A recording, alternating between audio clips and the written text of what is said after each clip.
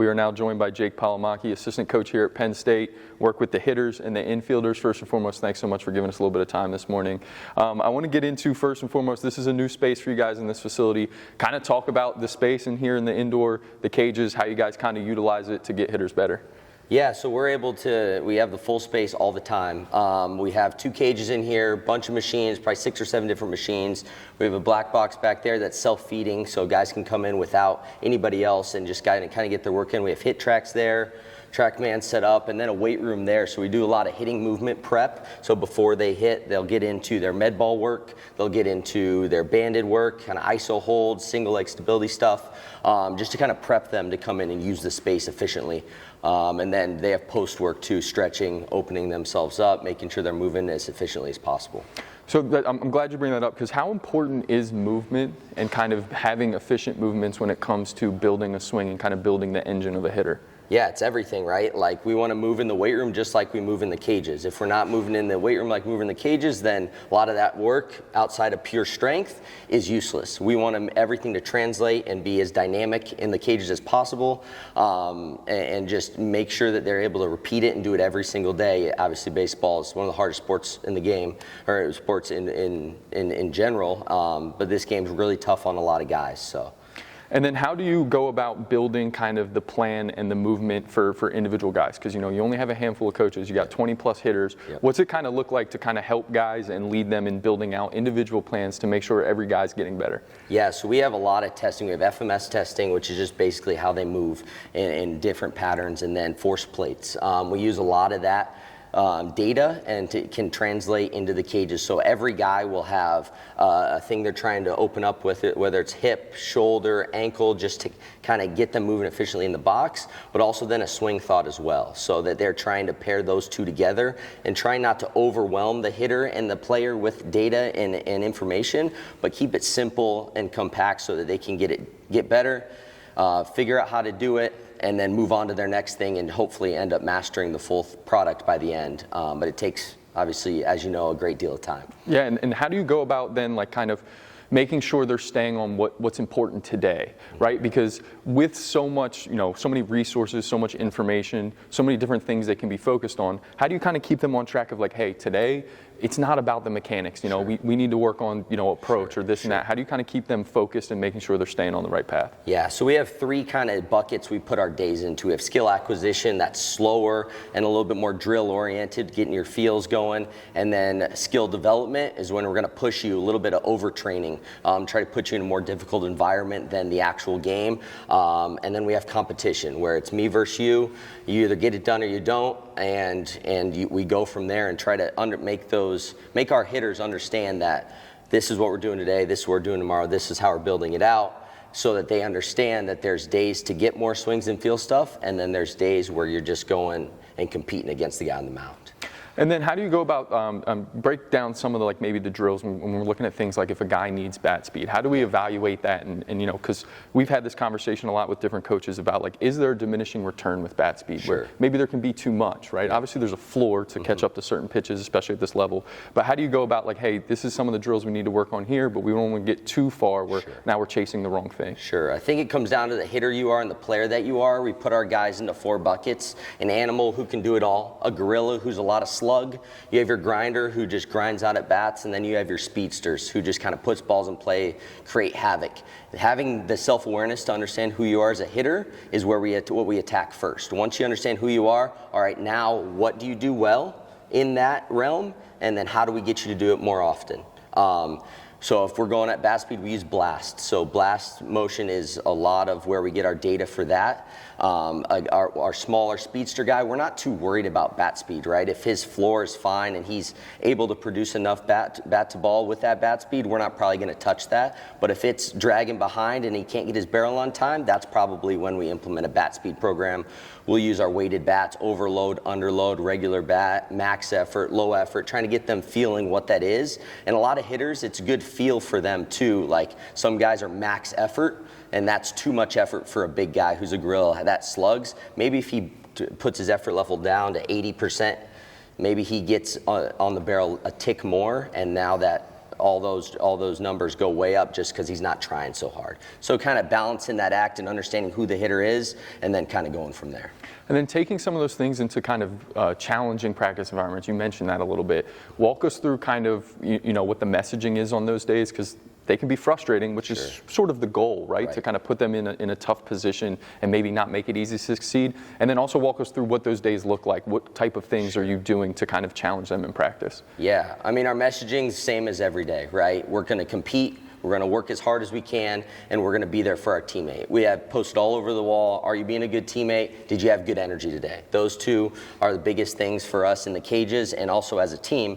But just attacking those questions every single day, and then understanding, hey boys, this is skill development day. It's not supposed to be easy. You're not supposed to have a lot of success. And when those guys buy in and understand that, that's when you get a real special club.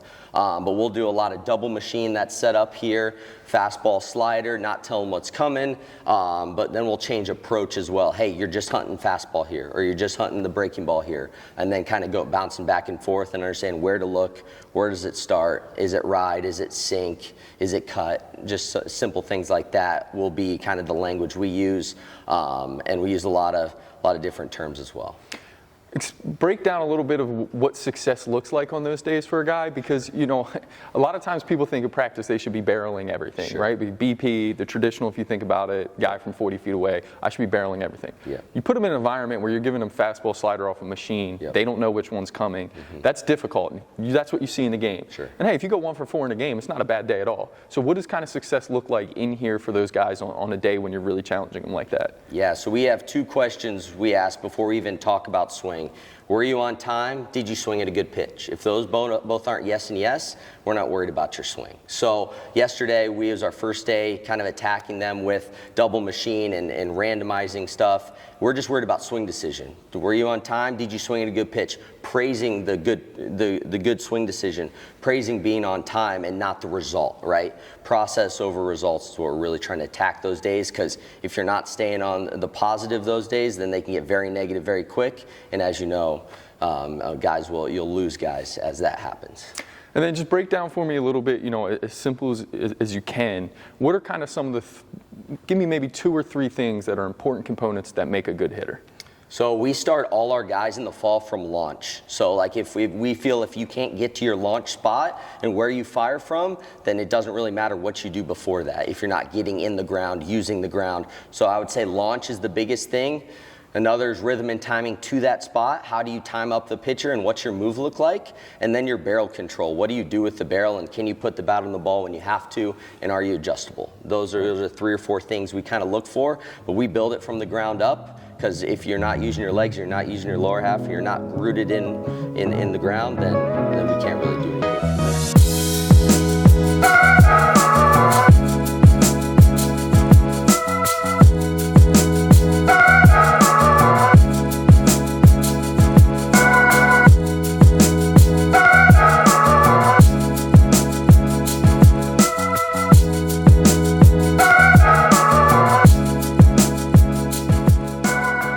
We are now joined by Nick Puccio, the assistant coach here at Penn State, also the recruiting coordinator, work with the offense. My first question for you is, how do you guys kind of develop a team-wide approach and offensive philosophy while still being able to individually develop guys?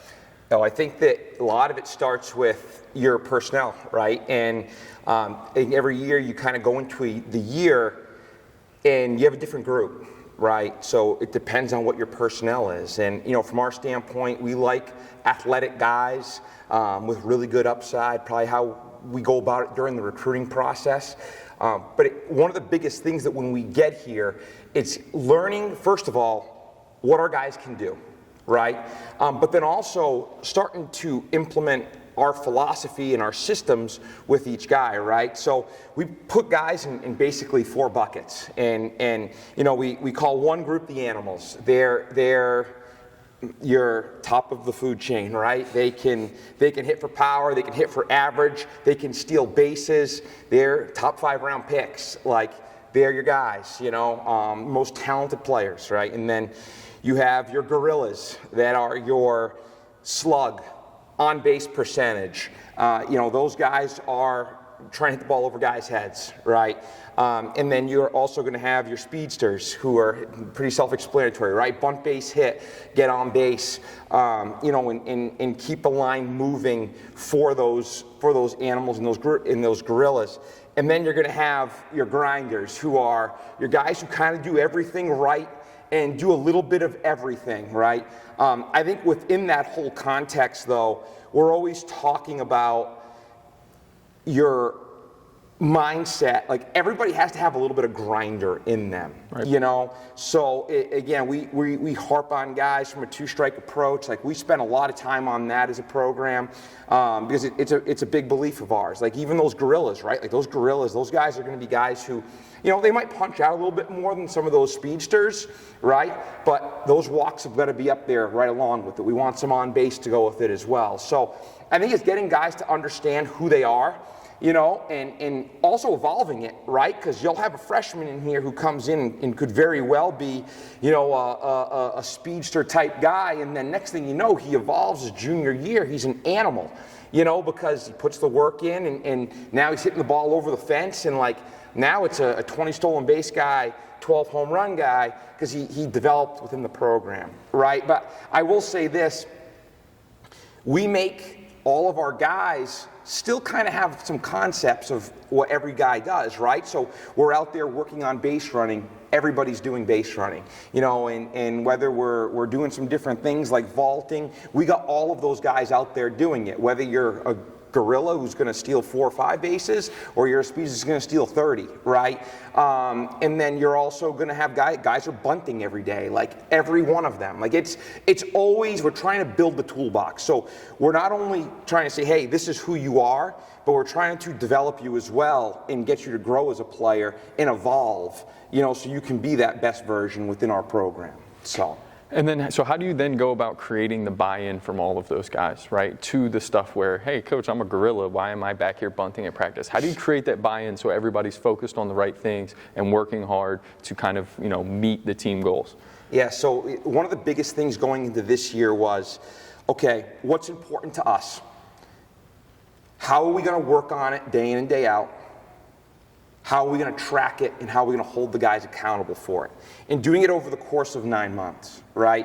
I think that a lot of times when we talk about like some of those gorilla type guys, right? Hey, if you have a bunt base hit in your toolbox and that guy's playing you at the rim and it's a really tough matchup, it's going to be a free hit for you in those spots, right? Maybe you have a runner on third base with 2 outs and that guy's playing back. Are we competitive enough to do something like that?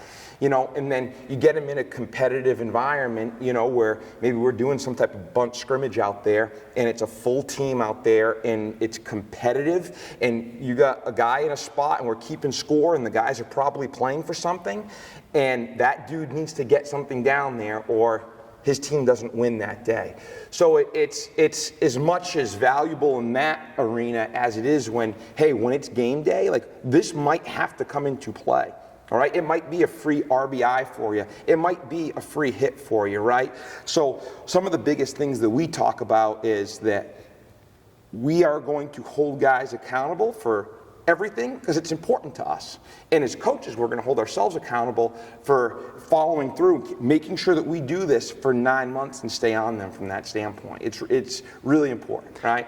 And then how important is it for, players of this kind of generation to kind of track it, show it to them, so that then like, hey, here's the proof of what we're talking about. I'm not just up here yelling at you guys for no reason, or I'm not just up here saying things for no reason. Here's the proof. This is why we need to be able to play this way. Yeah, it's funny because when at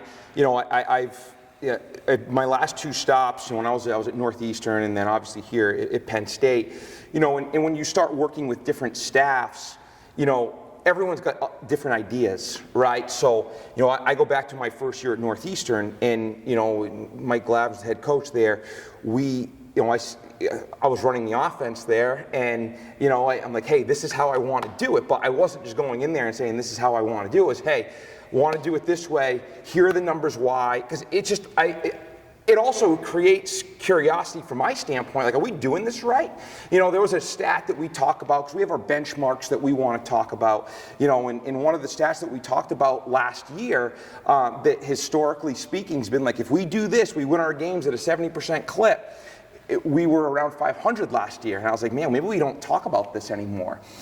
So it works on our end as well, but like I get it. Like I've had to do that in my coaching career with the other staffs that I've been on, and the same thing here with Coach Gambino. Like, hey, this is how we want to do it. This is why we want to do it that way. So from my standpoint, I get it. I understand that, so I know with our players, we've got to do it the same way, and I get a lot of times, we got a bunch of really talented players, and we're asking them to do some things sometimes that they've never done in their career.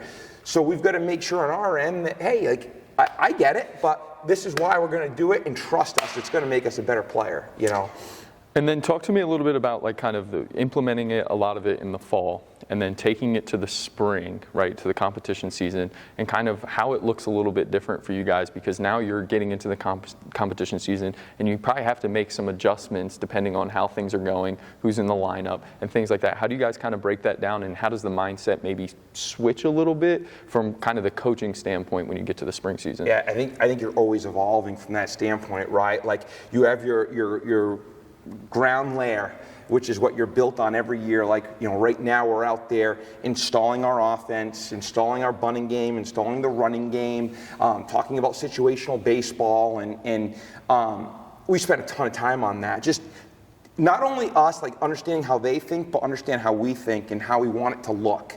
So that's the mindset right now. It's the environment. I truly believe that you build great baseball players on an environment, a place to come every single day where we're getting better. Not necessarily what you're working on. Like, there's 1,000 ways to do everything, right? But what's our environment like every day? Is it a competitive environment? Is it a player development driven environment? And again, are you holding guys accountable in that environment? And I think that makes it all. Like, are your players invested in each other in here? Like, one big thing in here this year for us was, and you'll see it on the walls that we put up is, are you being a good teammate, and do you have good energy? Are you invested in what your guy is doing in the box every day? When we're in here in the cages, are you back here and then can you have a conversation with him after his round on what he did, or was that a strike or a ball? Or did he get a good swing off? Was it a good swing decision? And those are the things that we're really trying to implement right now, right? So as we're doing that and we're working on it and we're setting the guys up in a position where we make it really hard on them, when the spring rolls around, you're kind of playing that game, like what's working, what's not. Do we need a little bit more of this? We need a little bit more of that. Last year, specifically, we went through a spurt where our situational offense was just not very good, and we were out on the field and we had no defense out there, and we just had the guys get out there, draft 2 teams, try to make it more competitive, because when you're in season, you get away from that stuff a little bit, right? Like in the fall, we try to create a super competitive environment where there's something on the line. And when we were out there in the spring, like we lost it. We just felt like, yeah, we're doing our situational hitting, our runner on third base, less than 2 execution, but we're just doing it. We're not invested in it. And so last year we ended up, it was probably the end of April, and we just drafted 2 teams up and started competing. Losers had to clean up the field that day, and we started doing it for a little bit of a stretch. And I thought our situational hitting got better, and statistically it showed it got better, but you have to make those changes, right? And I think it's talk about it more from even the hitting standpoint. Like, there were times where, we felt like we had to work on a little bit more barrel control. And then sometimes it feels like, hey, we're going a little bit too much that way. Fellas, we got to hit some balls really hard and pull a gap now. So you're constantly playing that game. And this year, in the fall, it's not necessarily hey, this is how we're going to do it. This is what's really important. We're juggling it a little bit more come springtime. And then you mentioned something there that I thought is very interesting and was very noticeable yesterday is kind of you're asking for feedback from your guys. Before you even input your own opinion as a coach, you're asking for feedback. Hey, was that a good swing decision? Yes or no? Why is that important? They have to make that decision in the box, right? So, as we're out here and we're doing a ton of this today, the first 2 weeks, I can tell you, hey, that's a 3, standing behind the turtle. But some guy will go out and I had that at at a 1.5. Like, no, what? So it's just, it starts to get you to understand, it gets them to understand, and then it kind of helps us as we start talking about making adjustments with guys. What do we got to do? You know, is it a timing issue, right? Is it a mechanical adjustment that we have to make? So those are the things that we, you know, again, those guys have to see that, feel that, hear that, right? And because we have, you know, a couple guys right now who it's a little bit, they're always a little bit off. You know, some guys are 2 balls off on their call. And you know, the same thing goes from like a base running standpoint when we talk about like their leads and their vaults. Like, yeah, some guys don't feel it, and they have to pay way more attention to it, and it needs to be a focus point, or maybe we have to make an adjustment with how they're doing it to help them understand that, you know. I just think it gets the guys to, you know, I talk about the environment, it cultivates conversation amongst each other. You know, I don't want to always be the guy saying, hey, where'd you have that? I want the dude who's on deck to say that, you know, and I think that those things, that's when you have an awesome environment, and talk about player development, guys that are just in it together. So that's something that we're spending a lot of time cultivating right now as a staff. Like, we want our guys to be doing a lot of that, not just us, you know. Walk us through a little bit of the base running philosophy here. You've mentioned the word vault a couple times. Talk to us about why, you know, base running is so important and how it ties into your overall offensive philosophy. Yeah, well, I think that you got to be able to beat teams different ways, right? We need a multi-dimensional offense. You know, it goes with being really good athletes. You know, we want an offense that's dynamic, aggressive, and relentless. And everything that we do in practice on a day-in and day-out basis fits around that, right? And so from our standpoint, you know, we could be playing somewhere where it's 30-mile-an-hour winds howling in that day. We're not going to be able to hit the ball out of the ballpark. We're going to have to bunt a little bit. We're going to have to run the bases. We're going to have to steal. And, you know, in our lineup and the way we do things, like, it doesn't matter who you are, there's going to be a tool in the toolbox for you to steal, whether it's a delayed steal, whether it's a walking lead. A vault lead is basically it's more of a shuffle type break that we'll work on, and we'll do some different things over there with it too, depending on our personnel again. But it's really important for us to be able to beat teams different ways. You want to have a first rounder on that mound that day, and we got to grind out at bats. We got to make life really hard on them. And hey, like, either we're going to make it really hard on him, and he's going to give in, and we're going to get him out of the game in the 4th, or we're going to grind him to a pulp. And like, hey, we might knock him out of the game with the 5th or the 6th and scratch one across. But like, we made him work, you know, and I think it's important for our guys to understand that. I think that, you know, even some of our, you know, slower runners, like the dirt ball reads always in play. We need to make that a part of our offense. Stealing third, those types of things. But then also, just your base running reads in general, like being able to be really good going first to third, like that's a priority. You know, being good on contact with the runner on third base, like practicing those things. You've got to be really good at those things. Championship teams are teams that are really good at winning one-run baseball games. Winning one-run baseball games comes down to that stolen base with 2 outs that leads to a single up the middle. It comes down to that first to third read. We talk so much about the runner on third base less than 2. So if we can go first to third in any situation there with no outs, 1 out, now that dude's standing at third and we can execute that runner on third base less than 2, it's usually a ticket to winning a baseball game. So we value that a ton. You know, again, we spend a lot of time on the base running and base stealing side in practice every day. It's usually how we lead off practice. And again, like I say, our vault, our shuffle break, that you see the Yankees are an organization right now that they have guys doing it all the way through the system and into the big leagues. You see Anthony Volpe do it, you know, and it's something that we take a lot of pride in. Because it just adds different elements and dimensions to your offense where, hey, that pitcher's on the mound, now he's going to hold a runner, and again, if it's that first rounder that we talked about on Friday night, now he's conscious of the running game. We talk about making a pitcher have to separate two jobs, winning that game within the game. So regardless what we're doing on that base, and if we can steal that base or not, we have intent, we're working, and we're making him pick over, and we're making him have to work and not just execute a pitch to what could be one of our middle of the order bats, right? So that's playing the game, and that's how you win weekends, is by making him really work, making a guy like that who's really hard to beat have to get his mind off what he's really good at doing, which is just executing a pitch over the plate. Absolutely. And just real quick, give me a couple keys, maybe 2 or 3 keys that makes a good base runner. Being fast. I think it's just playing baseball and having some feel. I think that's something that you can develop. I have seen plenty of guys who come in as freak athletes who might not have great feel, but I feel like it's because it's not a black and white thing. Right. So I think that by getting out playing, you can develop those things. We play a lot of coach pitch. I was out here playing coach pitch yesterday in practice and talking about just some general base running philosophies. And guys learn it and they talk about it. If you make it a part of your culture and it's something you want to be good at, I think you can make anybody good at it, really. I've seen a lot of it. I think you can say a guy's a bad base runner because you just kind of you don't get out there, you don't work on it. You don't put him on second base during BP and talk about his reads. You don't put him on first base and play coach pitch and talk about those things and show video and do it different ways. I think that those things, it's playing more baseball. Right?